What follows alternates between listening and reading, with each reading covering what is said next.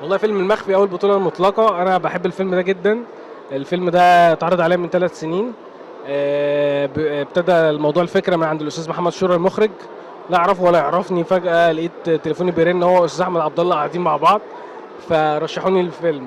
رحت قريت الفيلم كله، ما اعرفش ان انا البطل. اتفاجئت ان انا البطل. وقالوا لي كده. ومن 3 سنين الفكره معاهم، هم شغالين عليها، وربنا اختار ده ان ده الوقت اللي الفيلم يظهر فيه، فالحمد لله. حاسس ان يعني البطوله المطلقه اتاخرت كتير، ولا انت مش مهتم بده، بتشتغل بس عشان تسعد الجمهور؟ والله الحمد لله، ربنا منعم عليا بنعمه الرضا، فطول الوقت راضي، وبفضل اشتغل الحمد لله لحد ما اجيب اخر. فهو ربنا حدد الوقت ده للبطوله، فالحمد لله وربنا كريم والحمد لله، وبتمنى الفيلم يبسط الناس. دورك بقى في المخفي، عايزين نتكلم عن الفيلم. دورك في الفيلم بتقدم شخصيه ايه؟ شخصية المخفي هي شخصية الإنسان المهمش، اللي هو موجود في كل شلة وفي كل عيلة، هتلاقي في شخص تقول ده مخفي. إيه بقى مواصفاته؟ بنبعته يجيب فطار، نبعته يحاسب على المواصلات، يلم الكور في الحجز، ماشي، والحاجات دي كلها، ومحدش حاسس بيه، وفجأة ممكن الدنيا تتقلب بسببه، محدش مركز معاه خالص. ولما بنيجي نفتكر نعزم حد ولا بتاع ما نفتكروش، مع انه جامد ومفيد جدا في الموضوع، محدش ركز عليه.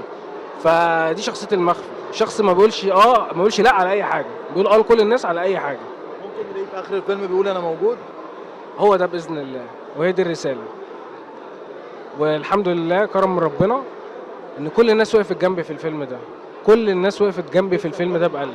يعني تحب تقول ايه للناس اللي وقفت مع استاذ محمود حافظ، ناس كتيره دعمتك في هذا العمل؟ الحمد لله، صلى على النبي، قول عليه الصلاه والسلام. كل الناس وقفت جنبي بقلب قوي في الفيلم ده. النجم عمرو عبد الجليل، النجم محمد محمود، النجم محمود حافظ، النجمه بدريه طلبه، النجم تميم عبده، وكل النجوم الشباب، النجم محمد محسن، النجم محمود البنا، النجم ريم المصري، النجم ندى اسماعيل. كل دول اخواتي ونجوم بجد، وقفوا وقفه مش طبيعيه ودعموني، وقفوا جنبي وادوني طاقه كبيره جدا طول الشغل وطول الوقت، وساعدوني بكل الاشكال الممكنه، بكل الاشكال الممكنه. دايما اللي بيقف معاك في اول المشوار ده بيبقى ليه فضل كبير عليك وعمرك ما تنساها له، غير اللي وقف معاك في النص طبعا.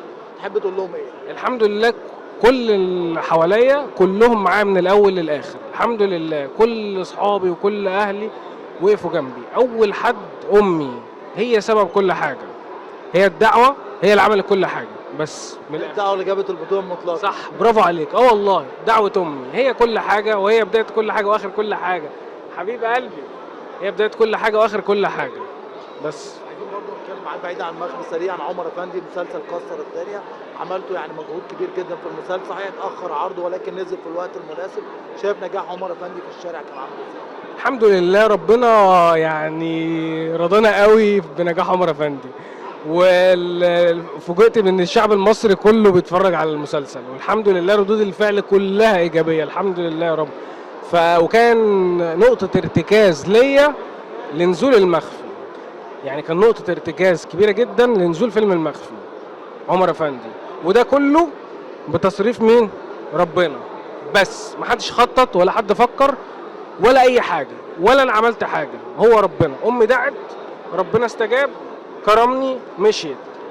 واتفرجوا على الفيلم، وهعمل معاك لقاء تاني بعد ما اتفرج على الفيلم عشان الكلام هيختلف.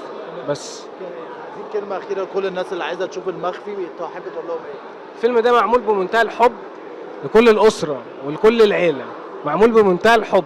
فيلم بسيط لذيذ بيخلص بسرعه، اوعدكم هتتبسطوا.